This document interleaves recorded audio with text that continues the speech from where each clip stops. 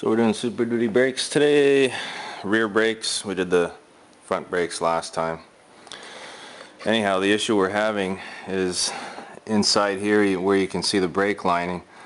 There's basically a 1/4 inch or more on one side of the pad and a lot less than a 1/4 inch on the bottom side of the pad, and we're getting a lot of brake squealing, and you can see there's a coating here that is supposed to stop squeal on the pads, and that's all coming off. It's all rusted to heck.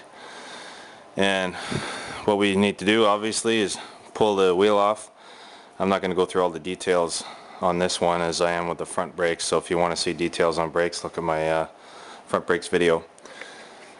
So we're going to replace the caliper, we're going to replace the rotor, and on these guys there's actually a drum brake located inside the rotor. That's your parking brake, because there's no parking brake on the disc brake setup on this truck. So we've loosened off this one here, which is your slider that goes back and forth and moves all around, so the caliper can slide back and forth if the rotor does any weirdness. And as your pads wear, we've also got another one on the top here. Those are I believe they were 10 mil or 12 mil, sorry. These ones here, the big caliper bracket bolts, you've got one on the top, one on the bottom. They're real oddball. They're not metric, they're not standard kind of, they're an in-between metric size. It's an 18, so you want to make sure you have a nice big 18 mil socket. In my case, I've got I had to use an adapter here on the big heavy duty torque wrench to get those off. And these ones are really tight too. I was almost afraid they were going to snap right off. There are some issues with these slides here not moving around and actually seizing because there's no lubrication inside. So you got to make sure you use a lot of the white lithium grease on the inside of these slides when you're reassembling them, and that way you won't have any issues. So just gonna pull off the two caliper slide bolts, the two bracket slide bolts, but before we do that, these are all loose now. I'm also going to loosen off the brake line right here, because it's a lot easier to loosen that off when the caliper is still bolted up to the wheel. So we're going to go ahead and do that now. So this one happens to be a 5/8 bolt, so we're not going to undo that now, and we just want to get it loose. It's going to drip a little bit, so just kind of tighten it up a tiny bit. We don't want that fluid to go all over the place. Same thing on this side. You just want to crack it. Be careful. Okay, let's come off. And then tighten it back on again. There we go. Lost a little bit, but that's okay. Now, because we're replacing the calipers, we don't need to drain out of the bleeder to get any old fluid out of there. What you don't want to do is take the calipers off and spread the caliper and push all the burnt, nasty oil that's inside the caliper. It gets nasty in here because it gets so freaking hot.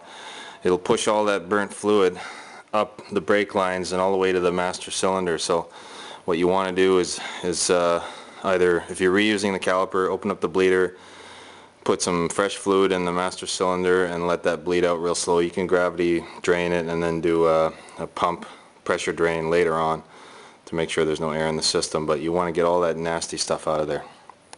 Okay, so here's the new parts. They're Lordco rotors. They were about 46, 47 bucks a pop, but I got some really good pricing through a buddy of mine's shop. I got the second up from the cheapest pads. They were 50 something bucks. So you're looking at 92, something like that for the two rotors, 50 something for the pads, and we also had to get the rebuilt calipers. So this is pretty cool. This is a rebuilt caliper, and it was 66 one side, 76 the other side, but like I said, I get really good pricing on these. You're gonna probably pay a little bit more than that. And lucky me, it's got the rebuilt brackets on here with brand new slides. Everything's lubed up, ready to go. So I saw a video online saying it was 170 something bucks just for this bracket if these things are seized in right here and you can't pull them out. So this is definitely a way to go. So even if you bring back your old seized brackets, it doesn't matter, they'll fix them up and rebuild them. There's a core charge, so that's about 60 bucks a caliper, but you get that back after you bring the old ones back. Just a size comparison, you know, I don't have the smallest hands, but these things are, they gotta be like, oh man, 4 or 5 pounds each. These rotors are pretty darn big. It's definitely not toy stuff on the Super Duties. It's pretty heavy stuff. I mean, these rotors are almost as big as the front, and the front ones are massive. So if you're doing lots of trailer towing, the Super Duty will take care of that a lot better than the half-ton F150 that I used to have. So you want to get a bungee or something. I'm going to pull off the caliper and the bracket, and we're just going to hang it off the spring for now, and I'm going to pull the rotor off and see what we got under the rotor. So I'm going to disconnect the lines afterwards, but for now we're just going to hang it up. So you just got to get your big screwdriver in here and pry here, pry on the bottom, and just basically work this caliper off, okay, until you got it free. To make sure it comes off, you just take a hammer and you can see all the junk falling out of there.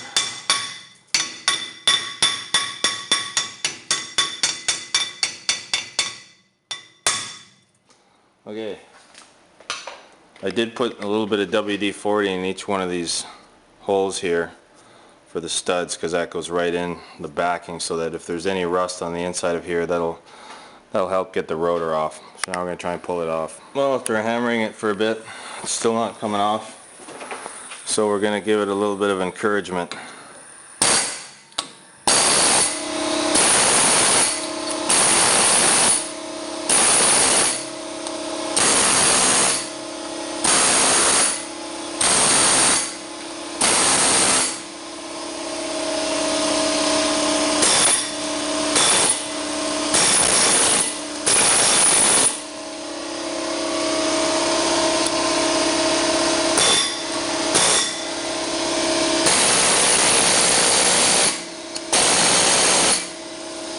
So we got the old rotor underneath the new one there off.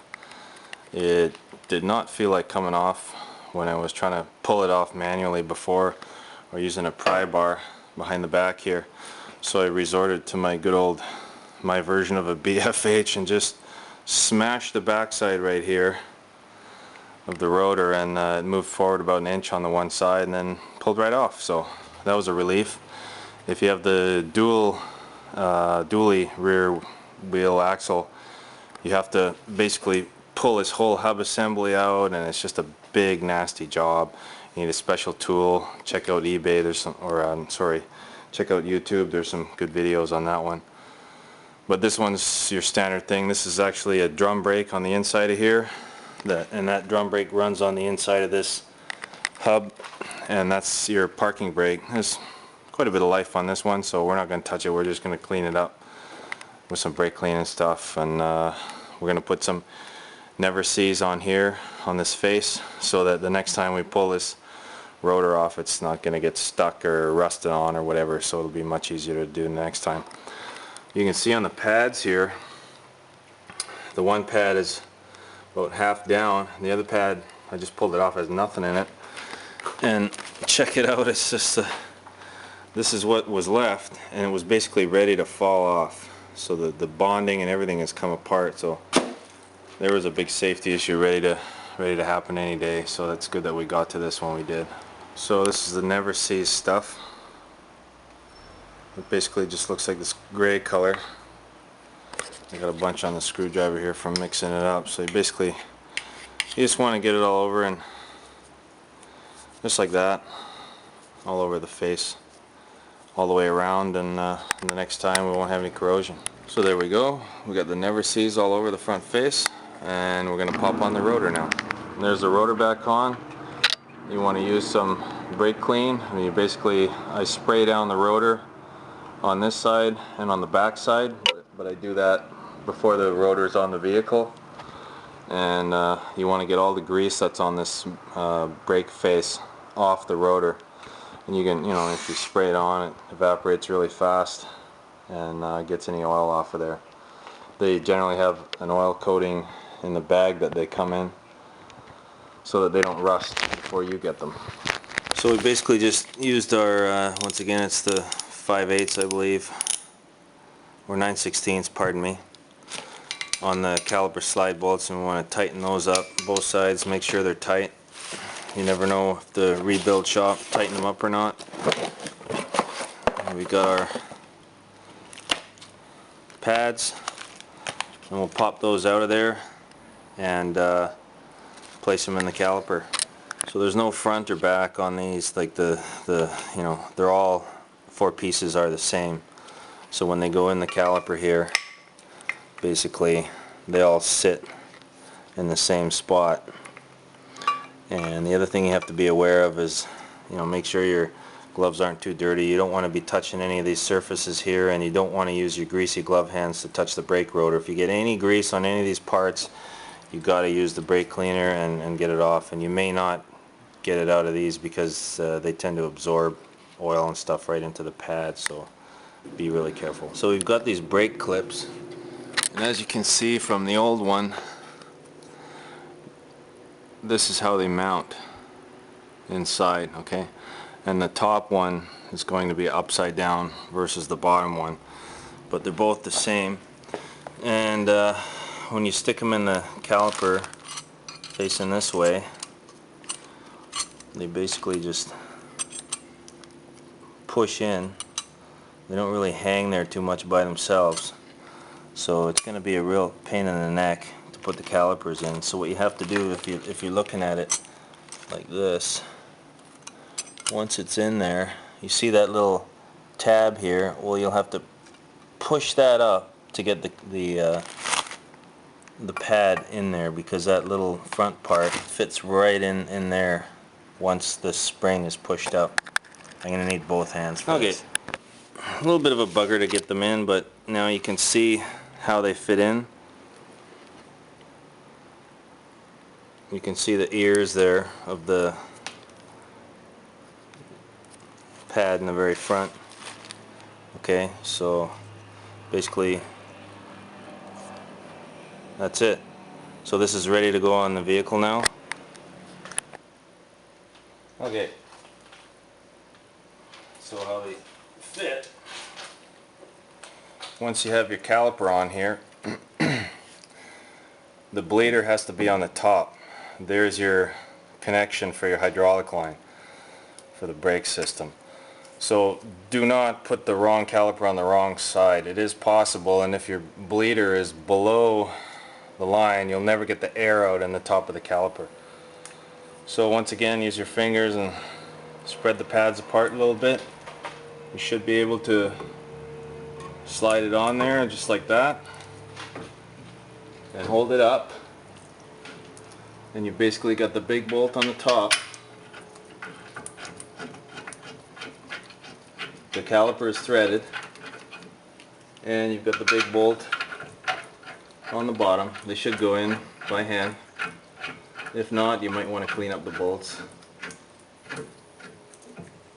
with a wire wheel or something like that.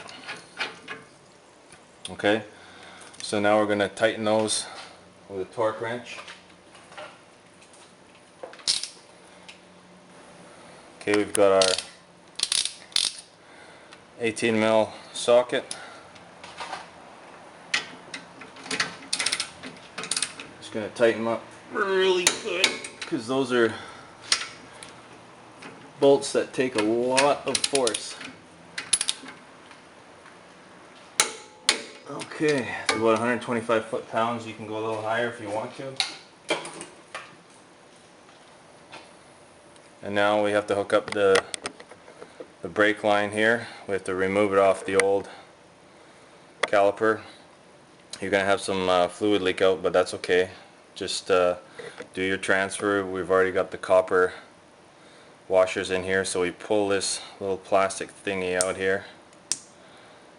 We'll use a screwdriver, and then you'll be able to get the 2 washers out.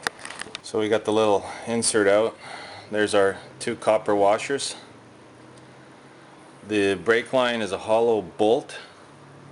One of these copper washers goes on first, then the brake line fitting, then your other copper washer, and then your bolt that holds everything in. So you want to have one of these copper washers on either side of the brake line fitting. Okay, so when we're doing this part, there's going to be fluid leaking everywhere. So in this case I've got my oil drain under here. We've already pre-loosened the existing bolt on the old caliper. So as we pull that off, it's going to start leaking fluid like crazy. After all, it's gravity and it's fluid. Okay, so we want to pull that bolt out of there. We just lost the washer, that's fine. That's just the fluid mainly leaking out of the old caliper, which is fine. We don't need any of that. There's also the copper washer on here that you want to pull off if you can. Oh no, that's gone already. Okay.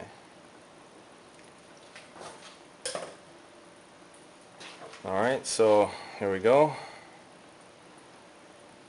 It's a little slippery. I'll put your first copper washer on like so. Then we're going through the fitting. We want to put our second copper washer on like so, and then pop that on there, and always get these suckers in by hand, because if you don't and you cross thread it, you're really going to be in trouble. Okay, so it's going in nice there. The orientation of this is oriented by the caliper. There's only one way to really put this on there. If you get it crooked, you're kind of an idiot. Okay, so that's still dripping. Let me get our 9/16 wrench again.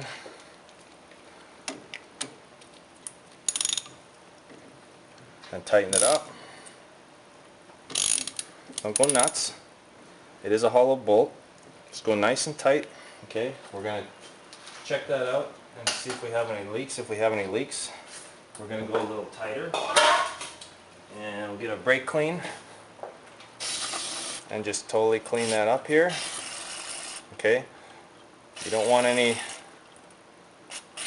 brake fluid on there that shows. So get it nice and clean. Okay, and the brake clean will get any excess fluid out of there.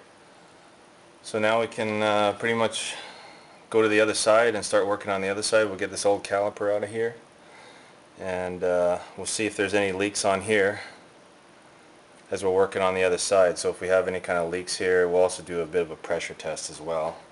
Get this caliper out of here. You can just leave that in your oil drain. Whoop. Okay, time to go to the other side. Almost forgot to mention this on the oil bleeder.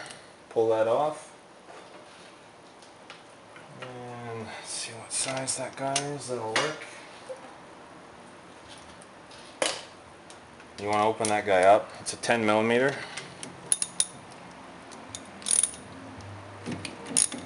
Okay. And what'll happen is it'll gravity fill from the master cylinder and fill up the caliper. As the level of the caliper fills up with oil, it'll start coming out of here. It'll take a little while, typically a minute or two, depending on how fast it flows. And as soon as you have fluid coming out of this bleeder hole, you can put the bleeder back in and do a pressure bleed later on with an assistant. Okay, so we've had the fluid come out of here. We'll just tighten it up with the 10mm wrench, and we're just going to pop that little guy on there, stop it from getting corroded. Just clean this up a little bit again, and we'll move to the other side.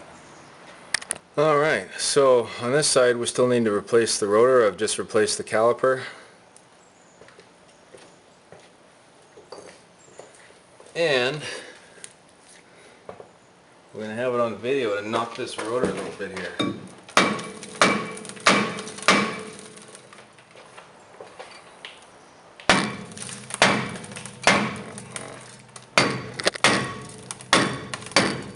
Hopefully it comes off.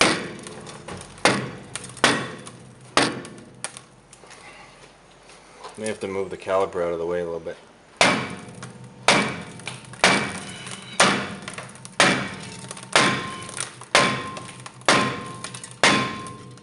There we go. See, sometimes it takes a little bit more of the freaking kind of persuasion. Alright, and we show the drum setup on the inside. Just clean it all up, get any kind of table scraps out of there, and we'll finish that off just like the other side. Alright, we got the passenger side done, and we just finished the driver's side. New rotors, new calipers, new pads. Everything's manually bled out with gravity, so we're gonna have somebody sit in the vehicle now, and we're gonna pump the brake pedal down, hold the brake pedal down, release the bleeder until fluid comes out. The pedal drops in the vehicle. We close the bleeder. Your assistant pumps it up again. Open the bleeder until you get no more air coming out of these. So you want to start, doesn't matter actually which side you start on this one. Actually the passenger side you should do first because that's a longer brake line. Anyway, once it's all pressure bled and you got a nice firm pedal, and make sure you always check your master cylinder that there's plenty of fluid in there before you're doing any of this. And bolt the wheels back on, torque the lug nuts to 120 foot-pounds or higher, all even, and then you're done, ready to go. You just saved yourself a bunch of money.